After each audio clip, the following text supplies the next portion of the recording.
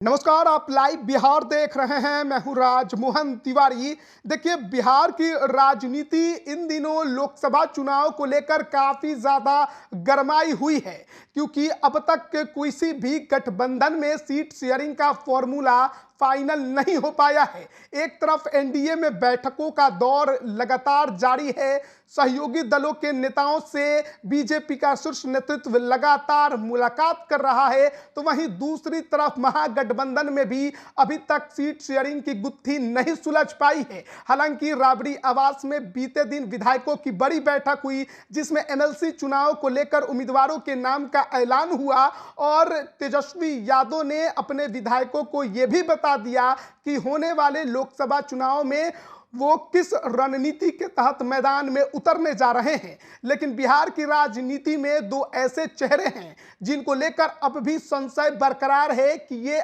आने वाले समय में क्या खेल कर सकते हैं। एनडीए में मौजूद लोजपा रामविलास के राष्ट्रीय अध्यक्ष चिराग पासवान को लेकर इन दिनों बिहार की राजनीति काफी ज्यादा गरमाई हुई है। नीतीश कुमार के एनडीए में आने के बाद कहा जा रहा है कि वो नाराज हो गए हैं, क्योंकि जिन शर्तों के आधार पर वो एनडीए में शामिल हुए थे, शायद अब वो शर्त उनकी पूरी नहीं हो पा रही है। हालांकि बीते 2 दिनों से बीजेपी के राष्ट्रीय अध्यक्ष जेपी नड्डा और फिर उसके बाद कल उन्होंने अमित शाह से मुलाकात की। कहा जा रहा है कि बीजेपी ने उन्हें सम्मानजनक सीटें देने की बात कही है। अब देखना है कि कौन सी और कितनी सीटें चिराग पासवान को मिलती है, क्योंकि हाजीपुर को लेकर वो जरा भी इधर उधर करने को तैयार नहीं है। लेकिन बिहार की राजनीति में एक और नाम है जो कुछ भी गुल खिला सकता है। वो नाम है वीआईपी सुप्रीमो मुकेश सहनी का। मुकेश सहनी 2020 के चुनाव में एनडीए से उन्होंने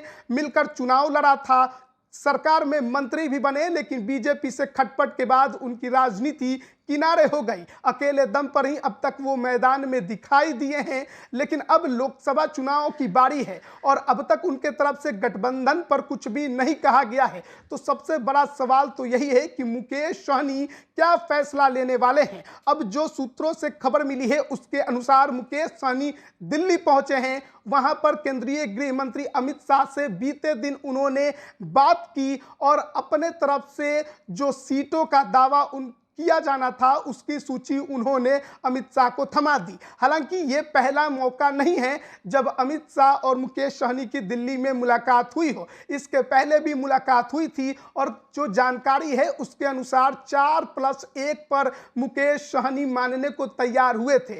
4 लोकसभा की सीटें बिहार में और 1 यूपी में मिलनी चाहिए। हालांकि बीजेपी नेतृत्व ने उन्हें ज्यादा कुछ उस समय आश्वासन नहीं दिया था, लेकिन माना जा रहा था कि जिस तरीके से नीतीश कुमार महागठबंधन में है, बीजेपी को सहयोगी दलों की जरूरत है और मुकेश सहनी को किसी तरह से मनाकर वो अपने साथ ले आएगी। लेकिन नीतीश कुमार ने जिस प्रकार से पाला बदला है, उसके बाद एनडीए में माहौल काफी ज्यादा खराब हो गया है। सहयोगी दल जो उम्मीद लेकर एनडीए में आए थे वो टूट गया। खुद चिराग पासवान, उपेंद्र कुशवाहा की नाराजगी आप लगातार देख रहे होंगे, किस प्रकार से उन्होंने चुप्पी साधी हुई है। बीजेपी नेता उन्हें मनाने में लगे हैं क्योंकि नीतीश कुमार पर भरोसा नहीं है। और ऐसे में मुकेश सहनी को भी बीजेपी अपने साथ रखना चाहती है, क्योंकि कहा जाता है कि जो वोट बैंक पर दावा मुकेश सहनी करते हैं वो वोट बैंक बीजेपी से जुड़ा हुआ है। बीजेपी को उनका वोट मिलता है और वो वोट बैंक अगर बीजेपी से खिसकता है तो कहीं ना कहीं नुकसान बीजेपी को हो सकता है। तो नीतीश कुमार के आने के बाद मुकेश सहनी को कितनी सीटें मिलेंगी इसके लिए कई तरह की चर्चाएं हैं। लेकिन कल जो बात हुई है उसमें कहा जा रहा है कि बीजेपी ने मुकेश सहनी को 1 सीट का ऑफर किया है, लेकिन मुकेश सहनी अब इसके लिए तैयार नहीं है। उनका कहना है कि या तो वो गठबंधन में सम्मानजनक सीटों के साथ ही चुनावी मैदान में उतरेंगे, अगर बात एनडीए में नहीं बनी तो महागठबंधन में करेंगे। लेकिन महागठबंधन में मुकेश सहनी ने एक शर्त नहीं 2 शर्त रखा है कि एक तो लोकसभा की सीटें भी तय कीजिए, साथ ही साथ विधानसभा की सीटें भी तय कीजिए, तभी वो महागठबंधन में आएंगे। कहा जा रहा है कि तेजस्वी यादव ने अपने जिन करीबी को मुकेश सहनी से बात करने भेजा था, मुकेश सहनी ने उनको यही मैसेज दिया है। तो एक तरफ एनडीए में रहकर मुकेश सहनी लोकसभा में सम्मानजनक सीटें चाहते हैं, जो कि इतने बड़े गठबंधन में संभव हो पाना मुश्किल है, क्योंकि पहले से जो दावेदार वहां पर मौजूद हैं,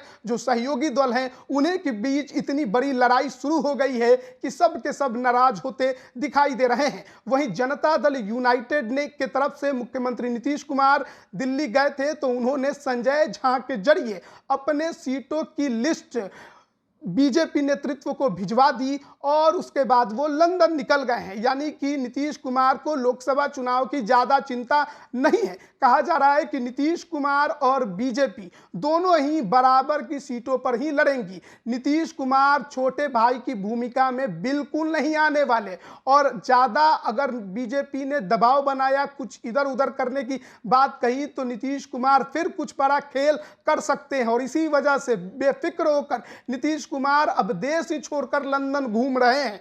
कई तरह की चर्चाएं हैं कि क्यों गए हैं, क्यों नहीं गए हैं, लेकिन इन सब के बीच सोचिए कि बिहार में लोकसभा चुनाव की तैयारी चल रही है, सीट शेयरिंग का फॉर्मूला सेट नहीं है और नीतीश कुमार लंदन घूमे, ये अपने आप में एक बड़ी बात है। यानी कि नीतीश कुमार को लोकसभा चुनाव की चिंता बिल्कुल नहीं है। और ऐसे में कहा जा रहा है कि नीतीश कुमार का सीधा सीधा कहना है बराबर की सीटों पर लड़ेंगे, चाहे वो 17-17 2019 का फॉर्मूला हो, या फिर 16-16 की सीट हो, या 15-15 की सीट हो। बीजेपी और जेडीयू बराबर की ही सीटों पर लड़ेंगी चुनाव बिहार में।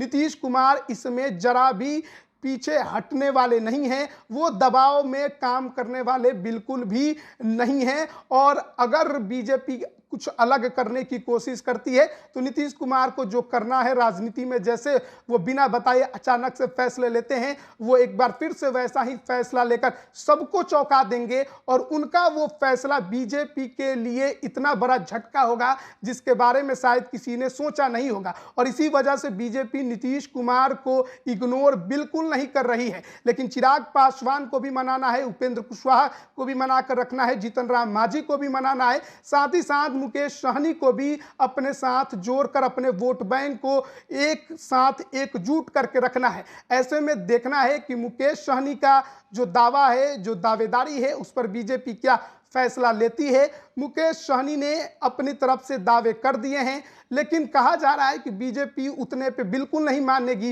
हो सकता है कि मुकेश सहनी को मनाने के लिए बीजेपी कहीं और कुछ जुगाड़ लगा ले, लेकिन मुकेश सहनी अब सम्मानजनक सीटों का दावा कर रहे हैं, तो एनडीए में उनके लिए क्या स्थिति बनेगी, किस प्रकार से सीटों का एडजस्टमेंट हो पाएगा, ये अपने आप में बड़ी बात है। और इसमें नीतीश कुमार का रोल क्या होगा, इसकी भी चर्चा होगी, क्योंकि नीतीश कुमार और मुकेश सहनी के बारे में कहा जाता है कि दोनों बेहद नजदीक हैं। मुकेश सहनी ने नीतीश कुमार के कहने पर ही बीजेपी से टकराव कर लिया था, लेकिन अब हालात बदल गए हैं। नीतीश कुमार फिर बीजेपी के साथ है और मुकेश सहनी अकेले हैं। तो अकेले बिहार की राजनीति में चुनाव लड़कर अपने को बचाए रखना आसान नहीं। तो मुकेश सहनी एनडीए से भी उनकी बात चल रही है और महागठबंधन से भी उनकी बात चल रही है। देखना होगा कि क्या कुछ फैसला होता है। चिराग को लेकर भी यही हाल है, बात नहीं बनी तो महागठबंधन से ऑफर उनको पहले ही मिल चुका है।